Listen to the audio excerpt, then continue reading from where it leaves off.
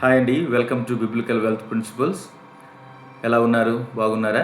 ఈరోజు మనము ఒక ప్రాముఖ్యమైన అంశాన్ని గురించి మాట్లాడడానికి మళ్ళా మీ ముందుకు వచ్చాను. అదేంటయ్యా అంటే, చాలామంది క్రైస్తవులు నమ్మేటువంటి ఒక తప్పుడు సిద్ధాంతం లేదా ఒక అనాలోచన అని కూడా మనం చెప్పొచ్చు. అదేంటయ్యా అంటే, ఆ, నేను సంపాదించాను, నేను కష్టపడ్డాను, ఇది నాది అనేటువంటి ఒక ఆలోచన ఏదైతే ఉంటుందో అది బైబిల్కు విరోధంగా ఉంటుంది. కనుక ఈరోజు మరి ఒక క్రైస్తవునిగా లేదా క్రైస్తవురాలుగా లేదా దేవుని బిడ్డలముగా మనం ఏ రీతిగా ఆలోచించాలి అని బైబిల్ చెప్తా ఉందో ఒకసారి నేను మీతో పంచుకునేటువంటి ప్రయత్నం చేస్తాను. బైబిల్ గ్రంథము దీని విషయంలో చాలా భిన్నంగా మాట్లాడుతుంది. ఏంటయ్యానంటే, సమస్తానికి యజమాని దేవుడైతే మనము కలిగి ఉన్న ప్రతిదీ కూడా దేవుని వలన మనం పొందుకున్నాం. మరి దీన్ని చాలామంది విశ్వసిస్తారు, కానీ దాన్ని అభ్యసించే విషయంలో మనము మన విశ్వాసాన్ని కోల్పోతూ ఉంటాం. ఇది దేవునిది, అయితే నేను ఒక మంచి నిర్వాహకుణ్ణి, అనగా ఐఎమ్ ఎ గుడ్ స్టూవర్డ్ లేదా ఫెయిత్ఫుల్ స్టూవర్డ్, నేను ఒక విశ్వాసయోగ్యమైన నిర్వాహకుణ్ణి అనేటువంటి నమ్మకాన్ని మనం కలిగి ఉండాలి. ఇది నాది అనే స్వభావము లోక సంబంధమైనటువంటి విశ్వాసము, లోక సంబంధమైనటువంటి నమ్మకం. కానీ దేవుని బిడ్డలమైన మనము దేవుని నుంచి పొందుకున్న దానికి ఒక మంచి నిర్వాహకులము. కాబట్టి ఈరోజు ఈ విషయాలను మరి లోతైన విధంగా మనం మాట్లాడుకునేటువంటి ప్రయత్నం చేద్దాం.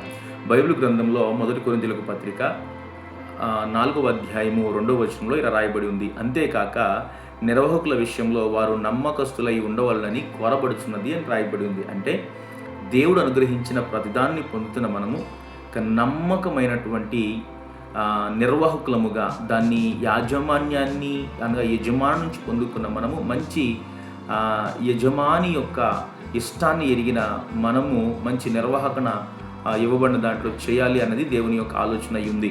అంటే ఇక్కడ మైండ్ సెట్, మన యొక్క ఆలోచన విధానము మార్చుకోవాల్సిన వారమై ఉన్నాం. లోకపరంగా ఆలోచన చేస్తే అది యజమాని స్వభావం అంటే యాజమాన్య రీతిలో వారు లోకస్తులు ఆలోచిస్తూ ఉంటారు. ఎలా అంటే, ఇది నా డబ్బు, ఇది నాకు ఇష్టమైన విధంగా నేను ఖర్చు పెడతాను, లేదా ఈ విజయానికి కారణం నేనే కష్టపడ్డాను, నేనే చదివాను, నేనే సంపాదించాను, నేనే ఎన్నో పాటలు పడ్డాను, ఇందులో దేవుని యొక్క ఆలోచన, దేవుని యొక్క చిత్తము, దేవుని యొక్క ఉద్దేశంతో నాకు పనేమీ లేదు. ఇలాంటి మనస్తత్వం ఏం చూపిస్తుంది అంటే, గర్వాన్ని చూపిస్తుంది, స్వార్థాన్ని చూపిస్తుంది, లోభాన్ని చూపిస్తుంది, అనవసరమైన ఖర్చులు పెట్టడానికి ఎక్కువ ఆస్కారం ఇక్కడ ఉంటుంది. అదేవిధంగా ఆర్థిక పరమైనటువంటి అనేక పొరపాట్లు చేసేటువంటి క్రమం ఇక్కడ మనకు కనబడుతూ ఉంది. అయితే బాధ్యత కలిగినటువంటి విశ్వాస యొక్క నిర్వహణ లేదా దేవుని బిడ్డలముగా స్టూవర్డ్ మైండ్ సెట్ అంటాం. అంటే ఒక నిర్వాహకుని యొక్క విధానం ఎలా ఉంటుంది అనే ఆలోచన కనుక మనం చేస్తే, విశ్వాసి తన నిర్వహణలో ఎలా అంటూ ఉంటాడు, నా దగ్గర ఉన్నది అంతా కూడా దేవునిదే. ప్రతి ఖర్చు చేసే ముందు దేవుని జ్ఞానాన్ని కోరుకుంటాడు. దేవుడు అప్పగించిన వాటిని నమ్మకంగా నిర్వహించడానికి ప్రయత్నం చేస్తాడు. దేవుడిచ్చిన ఆశీర్వాదాలు ఇతరులకు మేలు చేయడానికి ఉపయోగించేటువంటి ప్రయత్నం చేస్తాడు. ఒకరోజు నేను దేవునికి లెక్క చెప్పాలి అని చాలా బాధ్యతాయుక్తంగా ఆలోచన చేస్తాడు. కాబట్టి బైబిల్ గ్రంథంలో మనం చూస్తే యోసేపు అనేటువంటి ఒక దేవుని యొక్క సేవకుడు మనకు కనబడతాడు. దేవుడు ఐగుప్తు దేశ సంపద అంతా కూడా యోసేపు చేతిలోకి అప్పగించినట్లుగా మనము అక్కడ దేవుని యొక్క వాక్యాన్ని చదువుతాం.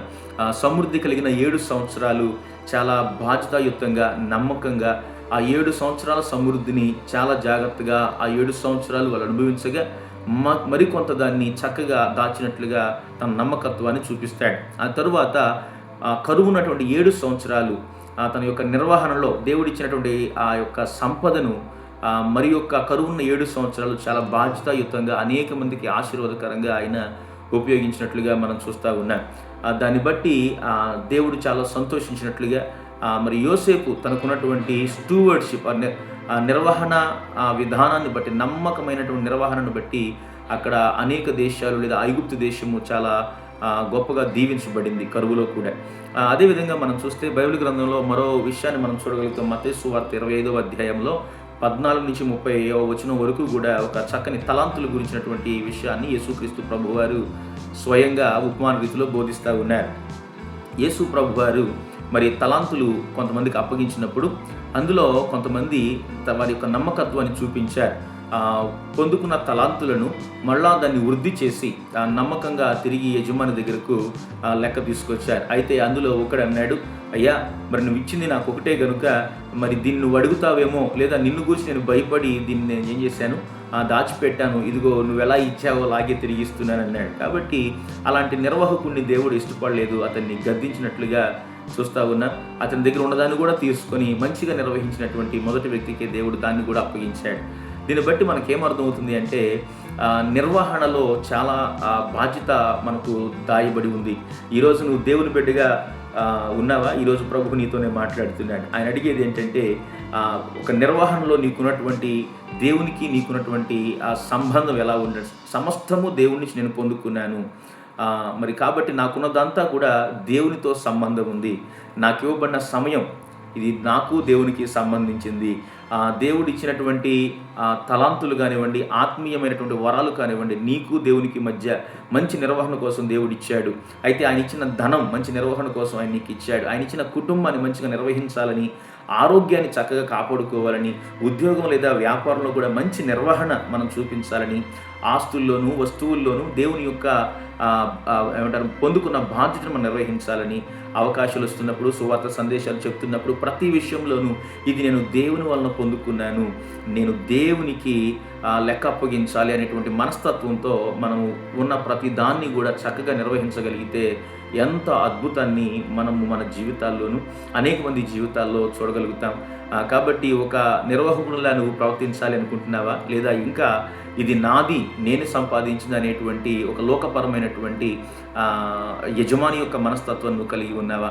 మనకు ఒక్కడే యజమాని, ఆయనే ప్రభు అయిన దేవుడు. ఆయన ఆకాశమందు ఉండి ఈ సమస్తాన్ని మనకు అప్పగించాడు, మనం చూస్తూ ఉన్నాడు, మన నమ్మకత్వాన్ని పరిశీలిస్తూ ఉన్నాడు. ఒక యోసేపులాగా, లేదా మొదటిగా తలాంతులు పొందుకొని 5 తలాంతులు 10 తలాంతులుగా చేసి దేవునికి లెక్క అప్పగించినటువంటి వ్యక్తిలాగా మనం ఉండాలనుకుంటున్నామా? ఉండాలనుకుంటే అలాంటి ప్రయత్నం చేద్దాం. దేవుడిచ్చిన ప్రతి దానిని నిజాయితీగా సంపాదిద్దాం. జాగ్రత్తగా బడ్జెట్ చేసుకుని రూపొందించుకుందాం. క్రమంగా పొదుపు చేసుకుందాం. అనవసరమైన అప్పులకు దూరంగా ఉందాం. జ్ఞానంతో పెట్టుబడులు పెడదాం. ధారాళంగా దేవుని కొరకు, దేవుని మహిమ కొరకు ఇచ్చే ప్రయత్నం చేద్దాం. భవిష్యత్తు కోసం ప్రణాళిక వేసుకుందాం. దేవుని మహిమపరిచే వారసత్వాన్ని విడిచిపెడుతూ మంచి నిర్వాహకులుగా మనం జీవించి దేవుని నామాన్ని మహిమపరుద్దాం. థ్యాంక్ యూ అండి. మీకు నచ్చితే ఈ యొక్క వీడియోని లైక్ చేయండి, సబ్స్క్రైబ్ చేయండి, సాధ్యమైతే ఇతరులకు షేర్ చేయండి. Thank you.